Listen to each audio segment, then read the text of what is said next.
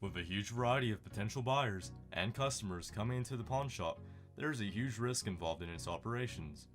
Rick and other members of his team necessarily have to make sure that they do not get manipulated by customers, which leads to many of them returning with huge disappointments. Here is a list of 6 times Rick pissed off customers.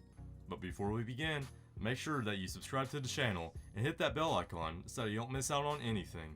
Number 6. Batman Phone. Claiming to be the original bat phone that sat on Bruce Wayne's desk in the ABC's Batman series, aired during the 1966 to 1968 time period, Joe, a customer, walked into the pawn shop.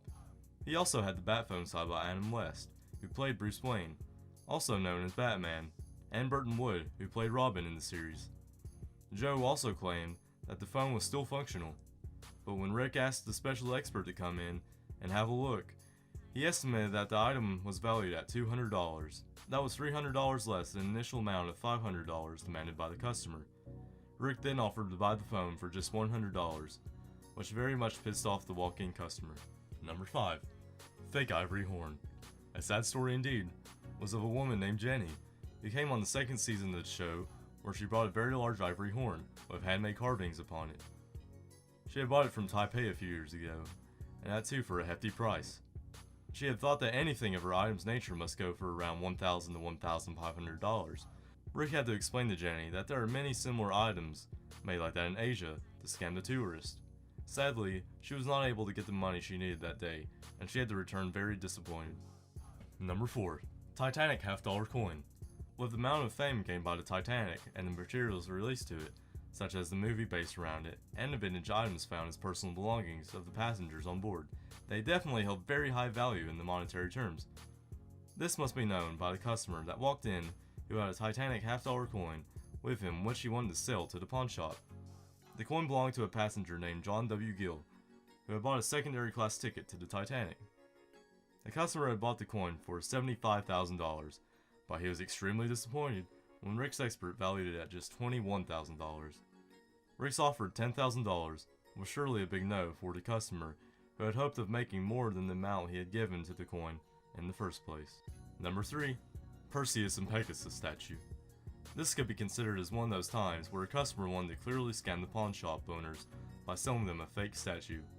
The statue was claimed to be carved by a French sculptor by the name of Emily Louis Picoult, and only 800 copies were made of the statue in total. Rick, when inspecting the statue, found cracks on it, and hence argued that it was impossible for such a statue to have them. He additionally pointed out that the carving stated, "Made in USA." The customer, regardless of seeing the facts in hand, still argued for a statue to be real, and thus had to leave the shop in despair. Number 2. Julius Caesar Roman coin. Coin collectors are definitely very hard to please when it comes to buying and selling them. Similar was the case of an owner that walked in the pawn shop to sell his rare and genuine Julius Caesar Roman coin, dating back to 44 AD. In order to have a detailed look at the coin, Rick asked his coin expert David to check it out. As a result, he valued the coin at just $1,500, while the owner expected the amount of no less than $4,400. The owner had to leave the pawn shop very pissed off. Number 1. Golden State Warriors ring. Imagine being questioned about the authenticity of your product by a customer even though you never sell fake products, and it is very well ensured that the products are real. A customer walks into the pawn shop, where Rick was the salesman. He first starts a line of questioning about the authenticity of the diamond in the ring, and then takes out a cheap device of his own to check whether the diamond is real. The end result was that Rick made an offer of such a high amount that the customer couldn't match. Well, that's all for today. Hope you guys enjoyed the video.